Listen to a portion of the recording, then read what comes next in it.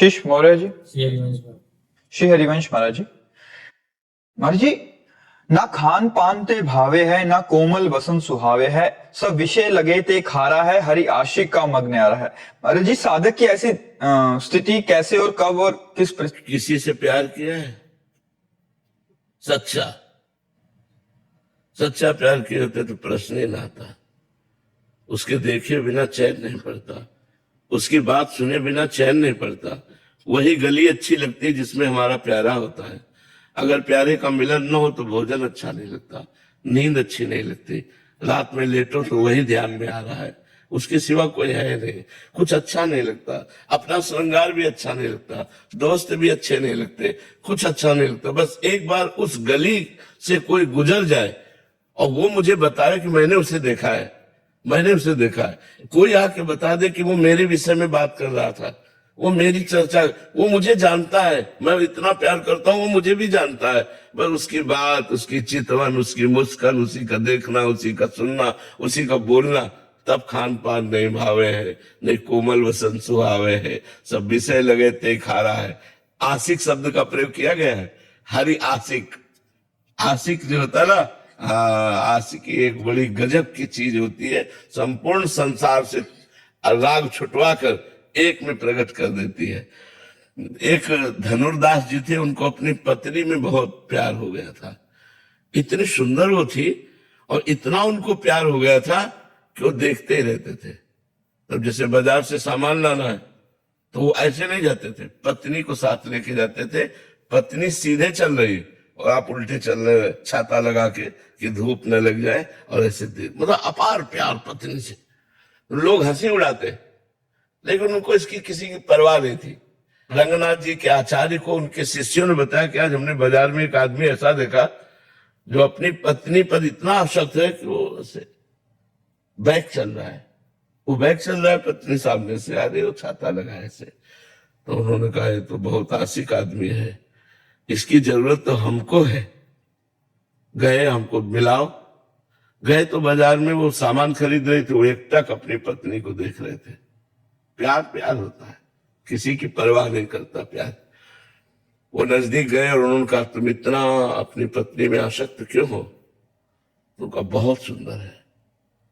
बोले इससे सुंदर अगर हम आपको दिखा दें? तो बोले हो ही नहीं सकता। तो ऐसे जे ही कपोल पे ऐसे स्पर्श किया, चपत लगाई, तो सामने ठाकुर रंगनाथ जी। छूट गया छाता, छाता छूट गया, पत्नी भूल गए। भगवान की मंद मुस्कान। बहुत बड़े महात्मा हुए, उनका नाम हुआ धनुर्दास जी महाराज, बहुत बड़े महात्मा हुए। तो आशिकी जब प्रबल हो जाती है तब जीना मुश्किल हो जाता है, अपने प्यारे के बिना जीना मुश्किल हो जाता है। अपना प्यारा नजदीक होता है तो डर लगता है कहीं छूट ना जाए, एक भय लगा रहता है कि कहीं हमारा बिछोह ना हो जाए, कहीं कुछ हो ना जाए। मतलब वो हर समय अपने प्यारे के विषय में, तब उसे खान पान अच्छा नहीं। खान पान अच्छा जब लगेगा जब प्यारा साथ होगा। प्यारे के बिना खान पान नहीं भावे है, नहीं कोमल वसन सुहावे है, सब विषय लगे ते खारा है, हरि आशिक का मग। प्यार बहुत बड़ी चीज है। तो फिर वो एक आप चपत लगा दिए तो अरे वो तो भाव दशा होती महापुरुषों में, कभी ऐसी भाव दशा उनकी होती है कि वैसे कर दिए, जीव का कल्याण कर दिए। थप्पड़ मारने से भगवत साक्षात्कार नहीं हो जाता। उन्होंने कृपा करके, आचार्य थे ना, तो आचार्यों में इतनी सामर्थ्य होती है, वो कृपा करके जिसको चाहे पापी से पापी को भी भगवान का दर्शन तुरंत करवा दे। हमारे यहाँ नरवाहन जी हुए हैं, बहुत बड़े डाकू थे, पूरे ब्रजमंडल में थर थर कांपता था ब्रजमंडल, और यहाँ जो आता था उसको कर देना होता था राजा नरवाहन को।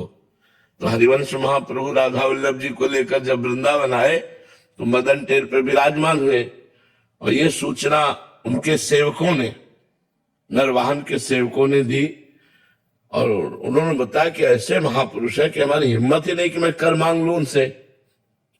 बहुत सुंदर हरिवंश महाप्रभु थे, बड़े तेजस्वी महाप्रभु थे।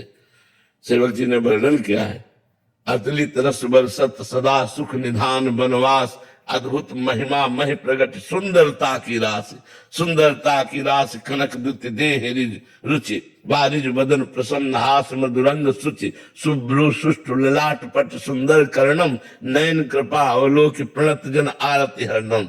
इतना सुंदर स्वरूप और करुणा करके देख ले तो जीव निहाल हो जाए। तो बोले हमारी हिम्मत ही नहीं पड़ी कि हम कर मांगे। तो नरवाहन जी ने कहा कि मैं जाता हूं, देखता हूं। तो वो मतलब महाप्रभु के प्रति चले तो हृदय में एक अलौकिक आनंद। तो उनकी हिम्मत नहीं पड़ी कि वो सामने जाए। झरोखे से देखा कि महाप्रभु राधा वल्लभ जी का श्रृंगार कर रहे हैं। कभी किसी को प्रणाम नहीं किया था, बस प्रणाम किया और मन से हरिवंश महाप्रभु को गुरु माना और राधा वल्लभ जी को इष्ट माना और जपने लगे राधा वल्लभ श्री हरिवंश राधा। ये महापुरुषों का चमत्कार, राधा वल्लभ श्री हरिवंश, राधा वल्लभ श्री हरिवंश। इधर एक यमुना जी से ही व्यापार चलता रहता था पहले, बड़ी बड़ी नावों में, जल जहाजों से। तो यमुना जी से एक व्यापारी जा रहा था, जैनी, करोड़ों असरफियों का व्यापारी था वो, स्वर्ण आदि का सब।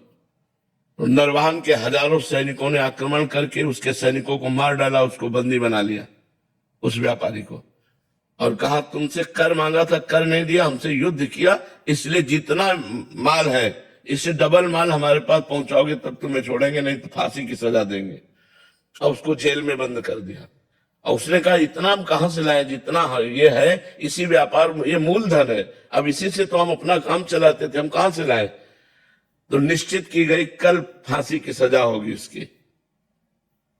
नरवाहन जी इन सबसे अलग होकर एकांत में राधा वल्लभ श्री हरिवंश, राधा वल्लभ श्री हरिवंश। एक दासी जो थी वो नरवाहन जी को जो सेवा में उपस्थित रहती थी, उसने भोजन लिया और जैनी के पास जाकर कहा आज खा ले रात्रि में, कल तुझे दिन में फांसी की सजा होगी।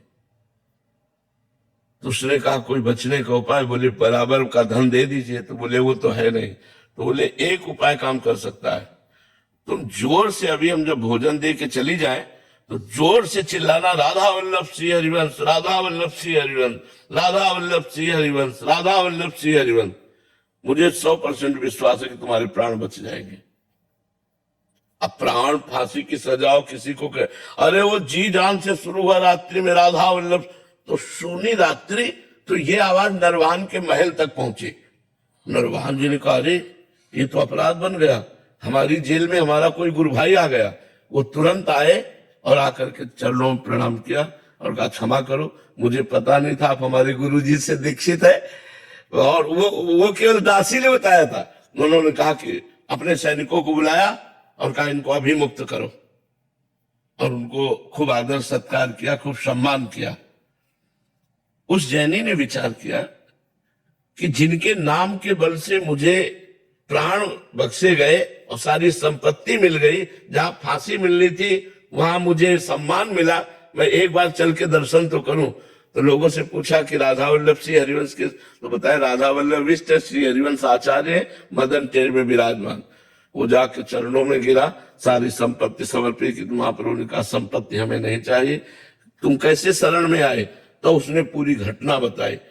तब महाप्रभु ने नरवाहन को बुलाया कि राधा वल्लभ श्री हरिवंश नाम में इतनी श्रद्धा और इतनी प्रीति। तो फिर महाप्रभु ने 2 पद चतुरासी जी के नरवाहन को दिए, मंजुल कल कुंज देश राधा हरि विशदवेश।